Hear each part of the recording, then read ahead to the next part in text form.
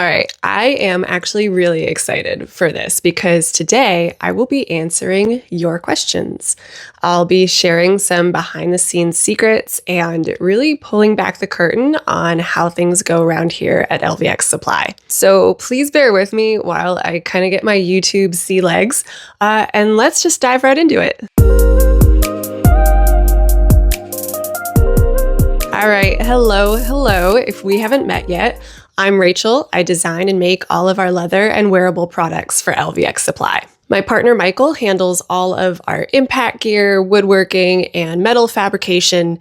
And if you have no idea what any of that is supposed to mean, LVX is our small, handmade luxury gear brand focused on creating high-quality, fully custom BDSM tools and accessories. Everything we make is crafted with care, built to last, and made to order right here on our little farm in the foothills of the Blue Ridge Mountains. We've actually been at this since 2016. And over the years, LVX has really become a reflection of our craft, our priorities, and the kind of care and attention we feel like this space deserves. We run the entire business from our home studio, surrounded by animals that we've rescued and care for through our nonprofit animal sanctuary, Camp Fuzzy Nuzzles. So if you happen to hear any parrots squawking, dogs barking, or goats screaming in the background, that's kind of just par for the course around here. This is our first time doing a video like this, but we thought it'd be fun to try to connect a little bit more directly and answer some of your questions from Instagram, and also just kind of share a bit about how we do things.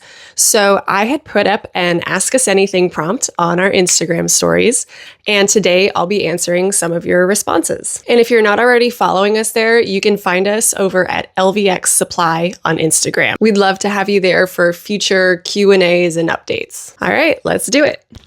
Okay, first up, why so expensive? I love the complete lack of punctuation here. So yeah, general pricing questions came up a few times. So let's talk about it because it is a totally fair question, but I kind of don't know how people will feel about the answer. Canceled after one video. Cool. Anyway, so to start, I know this sounds nitpicky, but when this question comes up, the place I always start my response is by asking, what does expensive actually mean, right? Because that's going to be different for everyone. For some people, a $100 paddle or $200 collar might feel like a really big splurge, but for others, it's just kind of a starting point. So when someone says our stuff is expensive, I definitely get it, but I also think that word can kind of be misleading. And this can sometimes be touchy because I don't want to sound pretentious, but ultimately our pieces aren't actually expensive.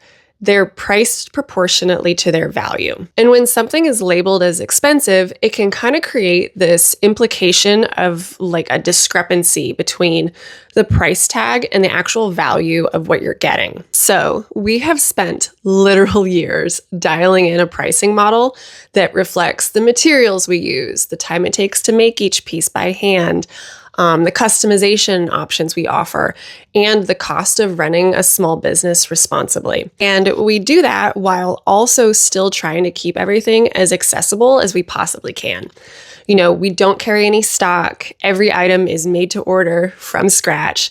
That means custom sizing, different add-ons, color, hardware choices, design edits, custom requests, all of the kind of stuff that you won't get from a mass-produced piece. And so that alone adds hours to every order.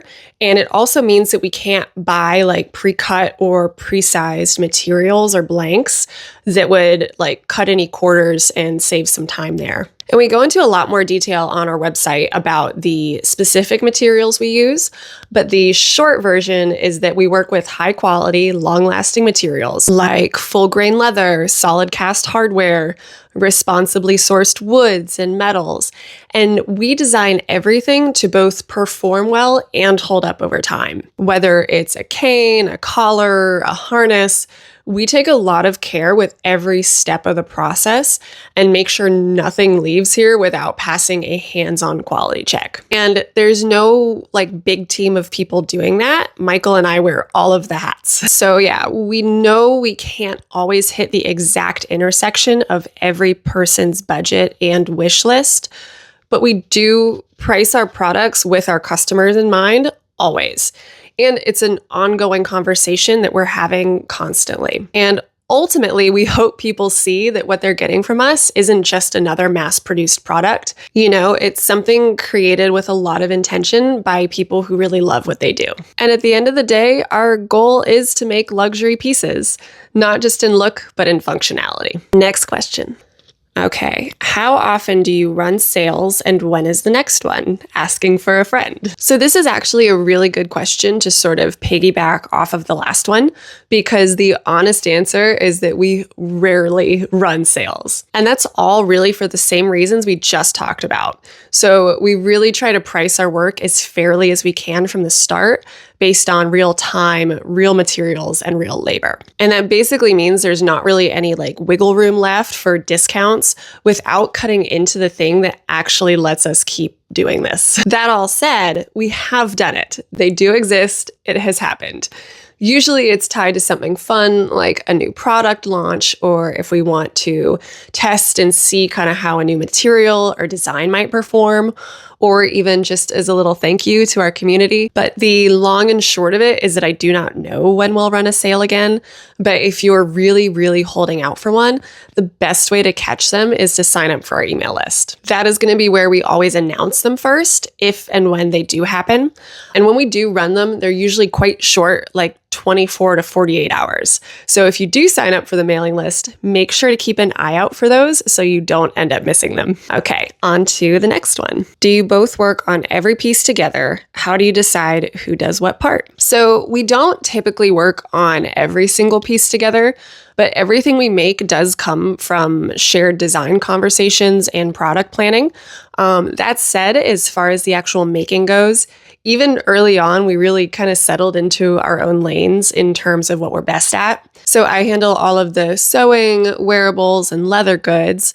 That's all in my wheelhouse. So if you've ordered like a collar or a harness or restraints, I'll be the one who's made them for you. And then Michael's focus is the impact items. So anything woodworking, metal.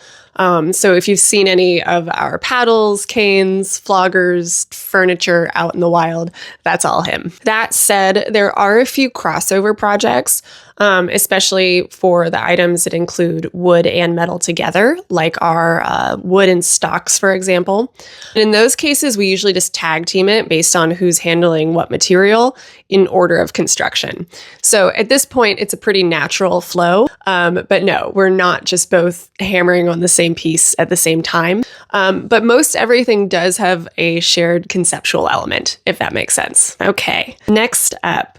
What is your favorite product to make? That is actually a tough one. For me, it probably changes depending on what I've been working on or doing a lot of already. But I would say some of my favorite pieces to make are usually the ones that have a more unique design twist to them. Like I really like making our padded choke collars or our behind the back harnesses or our swivel cuffs. Something that puts a little bit of twist on the standard, because there's really just something ultra satisfying about the sort of visual problem solving that goes into some of those pieces and having to really nail down the correct order of operations to make a piece work. And Michael's favorite piece to make, I did ask him, he is out in the shop right now, is our wood and leather wrist stocks. They're one of those builds that really bring together the leather and woodworking components, which I know are some of his favorites to work on. I also know he really loves the design side of it, especially the hand-carved elements and all of the like precision work it takes to get the fit just right between the wood structure and the leather cuffs. And it's one of those builds where every little component matters, and I know he enjoys the process of that attention to detail. And we both love doing totally custom pieces. Those are always fun because we get to be creative in a slightly different way. And working with a customer to find that like sweet spot of form and functionality that also exceeds their expectations is always a fun adventure. And really, even with all of our standard orders, Each one is always a little different depending on sizing and style choices. So it always feels like building something brand new each time, which keeps the whole process exciting for us. So yeah, hard to choose, but those are the ones that stick out for each of us. All right, next question. What's the weirdest custom request you've ever gotten? Okay, so it may sound a little silly, but we don't really do the term weird. Not that I necessarily think it's derogatory, but one person's niche is another person's norm. And part of what we love about this space is how wide the spectrum of interests and expressions can be. And given that we've created a lot of really wonderful, unique custom pieces for a wide range of kinks, I'm not of the opinion that one would be considered any more weird than another. That said, the most unexpected custom request we ever got was actually from a horror maze escape room company.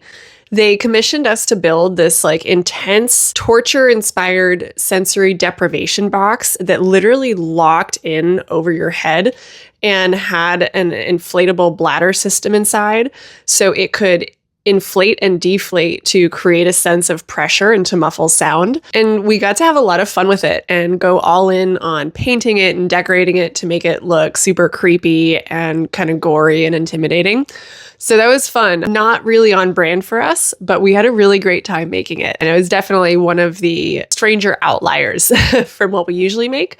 But yeah, very fun. All right, next up. Do the different wood types actually feel any different, or is that just a vibe thing? So yes, they absolutely do feel different, but it is one of those things where the difference is much more noticeable the further apart the woods are in terms of that density and hardness spectrum. So if you've got two paddles made to the exact same shape, one in walnut and one in mahogany, which are pretty similar in density and hardness, you probably won't notice a huge difference in how they feel during use. But if you were to swap that out for something like one in cedar, which is very lightweight, and one in catalox, which is extremely dense, then that sensation shifts significantly. And it's really not just about the wood too, it's about the design. So a flat paddle, no matter what it's made from, is always going to land more stingy than something like a thick baton. And for example, our 1.5-inch diameter baton is going to be still thuddier than, say, a 3/8-inch cane, even if all three of those are made from the same wood. And that's honestly one of the really cool things about what we offer. Between the different wood types and variety of designs, you can really tailor the piece to the sensation you want, whether you're on the giving or receiving end. That all being said, at the end of the day, whether you're chasing a very specific sensation or you just think canary wood looks gorgeous and you want it in your collection, there's really no wrong way to choose what speaks to you. So my general advice to customers is not to overthink it. And if it feels right to you, then that's what matters. All right, on to the next question. Do you test out your toys before you send them out? Okay, no. Hard yikes. No, we absolutely do not personally use or wear any of the pieces that we send out. Every item is completely made to order just for you, and what you receive is completely new and unused. But if what you're asking is more about quality control, then yes, we do have a strict quality control process. Everything gets checked for construction, hardware, fit, and finish before it ships out so that we can make sure that when it arrives to your door, it is exactly what you're expecting to receive, both in look and function. And we take that part very seriously because we want your piece to be safe, functional, and exactly as ordered. And just to clarify, before we ever list a design for sale, yes, it has gone through testing for things like fit, durability, safety, and overall function. But nothing that leaves here has ever been used in any kind of personal or play setting ever. Okay, next up. Can you make an in-depth video of all of the combinations? That would be so cool. Okay, so I'm not totally sure if you meant like combinations of gear setups, like how our pieces can be worn or styled together, or if you were talking about all our different material options like leather, colors, linings, and hardware. Either way, my answer is basically the same. Yes, it would be super cool, but there are just so many possible combinations. It would be nearly impossible to fit all of them into one video. And it's really part of what makes our work so fun and personal. Everything's made to order, and that like mix and match potential is kind of endless. We are definitely hoping to show more examples and setups over time, but since it's just the two of us here, most of our time is gratefully spent actually making the pieces themselves. So as much as we would love to do a big visual guide of everything, at the moment, it's a bit outside of our capacity. That said, if there's a specific combo or configuration you're curious about, definitely feel free to reach out. We also offer swatches for both the leather and wood if you want to just really make sure that you'll love a material combination before committing to a purchase. All right, on to the next. What advice would you give someone who wants to start their own fetish gear brand? That is a good one. And so this one, I think, could very easily turn into its own video, so I will try to keep my response length reasonable and concise here. And I'm going to answer this assuming you mean you want to actually make the things you're selling and not just rebrand and resell imported manufactured products, because that's a completely different business model altogether and requires a very different approach than what we do. But basically, I would say the first thing is knowing why you want to do it. This is a really personal, intimate industry, and getting into it requires more than just looking at something mass-produced at your local novelty shop and going, oh, I can make that. Let me start a business. You know, it sounds cheesy, but you do need to care deeply about quality, consent, safety, and the community, because real human people are trusting your gear with their bodies and their experiences. And that is a big deal. And we have run into scenarios, not a ton, but we've run into a couple scenarios over the years where we've actually turned down custom work and customization requests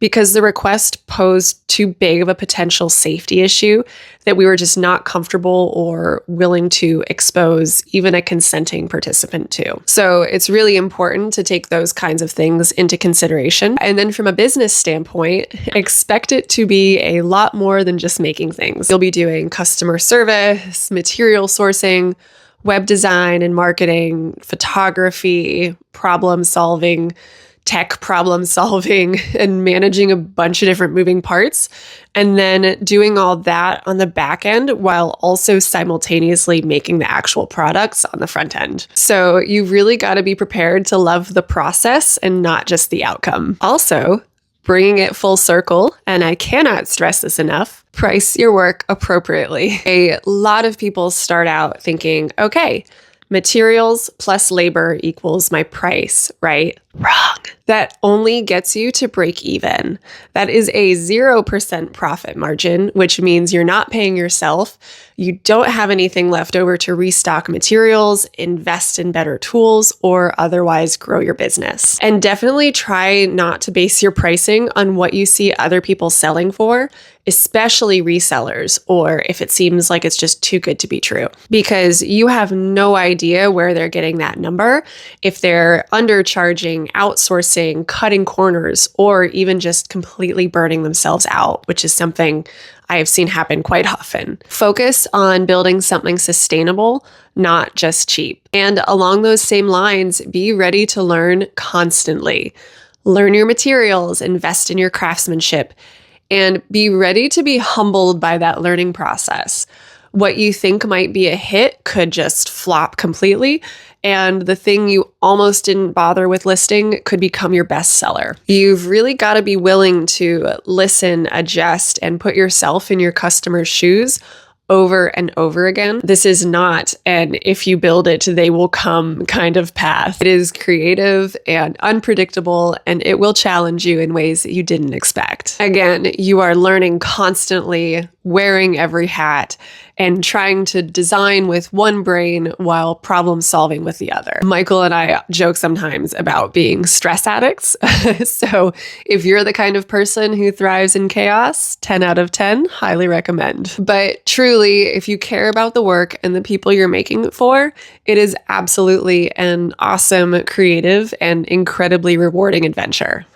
All right, time for our last question. What does LVX mean? Excellent question to wrap things up today. So LVX is inspired by the Latin word lux, or lux, depending on who you ask for pronunciation. It's spelled the same, LVX, and it literally translates to light. The word also has roots in esoteric traditions where it symbolizes things like transformation, awareness, and the process of turning experience into understanding. So for us, basically, LVX represents clarity, intention, and bringing things into consciousness. And that really matches how we see BDSM, not as something dark or secretive or shameful, but something powerful and worthy of awareness. So part of our whole mission is about bringing kink out of the dungeon, so to speak, not trying to reduce any of its intensity or edge, but bringing it into the light and making space for it to be seen as intentional and beautiful, and sort of challenging the notion that it needs to be this secretive, taboo topic. And, that's really a large part of why we wanted to start these videos. We wanted to pull back that curtain on how we work, what goes into each piece, and the heart behind the business, and really how all of those elements tie together. It's easy to look at a finished product on screen and not really see the story behind it. So we're really excited to be sharing more of that with you. So if you've made it this far, all the way to the end, thank you. I think this went way longer than I had actually intended. So I really appreciate you being here for our very first video. So if you want to see more behind the scenes, learn about new products, talk business, or just hear us ramble a little bit more about this craft, then definitely make sure to subscribe and give this video a like. It really helps us out and it makes sure that you won't miss anything down the line. You'll also find all the links you need to our shop, email list, socials, any of the products I mentioned today. That'll all be in the description box down below. And if you've got a question you'd like us to answer in a future video, drop it in the comments. We are always listening and we would love to keep this conversation going. Thank you guys again, and I will see you next time. Bye.